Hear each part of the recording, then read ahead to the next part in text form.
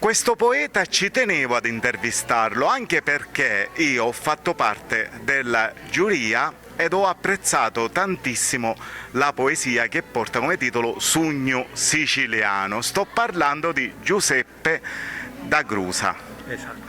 Allora Giuseppe, tu hai ricevuto il terzo posto nella sezione poesie in dialetto siciliano. Di che cosa parla quindi questa poesia, anche se già se dal titolo si capisce? La poesia è una raccolta della cultura siciliana, è ciò che la Sicilia dà nel cuore a chi viene a visitarla o a chi cerca il rifugio.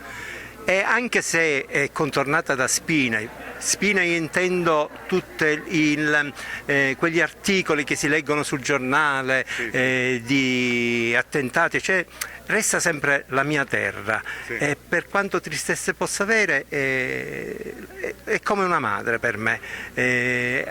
Mi consola, mi sento abbracciato da questa terra e vivo questa atmosfera in qualunque momento e in qualunque contesto che si possa trovare la nostra bella Sicilia.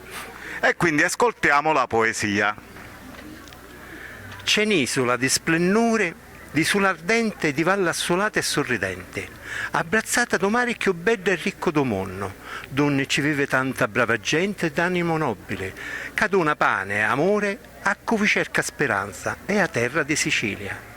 Tanta gente di tanti posti vette passare, fu terra di Fenici, Greci, Cartaginesi, poi Saracini, Normanni, Francesi e Spagnole, fu ponte di sapire e saggizia, di storia e letteratura. Fu terra di Polifemo, Saridda e Peppinedda, di Ciccu Peppe, Colapisce, fu terra cartopardisca, di ricche e di poveredde, di baroni e baronisti, di gente d'onore e di rispetto.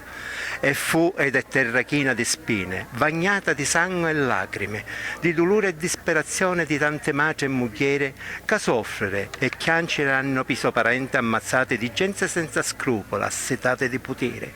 Eppure, da sta terra tra paradiso e inferno, teatro di tante storie e di dolore, c'è lume core. La sento come una madre, che sape perdonare e amare, scincere tra risorazza, quando ave a consolare. E la mia terra, che ci posso fare? Di cuore tenero sogno fatto, sogno siciliano. Bravissimo Giuseppe D'Agrusa, continua a regalarci emozioni scrivendo altre poesie. Grazie. Grazie. È un piacere partecipare ai vostri concorsi e cercherò veramente di costruire la cultura siciliana con le mie poesie.